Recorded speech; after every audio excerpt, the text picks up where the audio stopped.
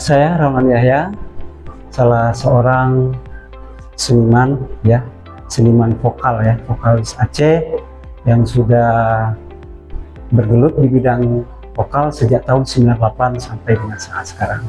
Perkembangan lagu di Aceh sekarang sangat pesat ya, sangat pesat. Kemudian kita bukan lagu Aceh saja, tapi banyak gempuran-gempuran dari baik lagu-lagu dari barat, lagu dari Indonesia sendiri.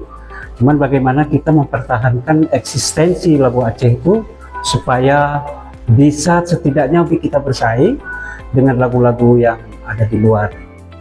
Kita berharap bintang radio ya, calon bintang radio yang di Aceh ini supaya lebih kreatif lagi dan bisa seperti dengan penyanyi-penyanyi nasional lainnya.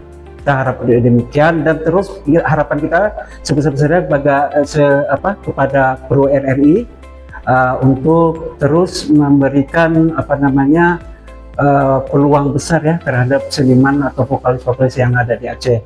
Artinya vokal-vokalis kita, penyanyi-penyanyi kita juga bisa bersama-sama setara atau setidaknya bersanding dengan penyanyi-penyanyi yang ada di nasional.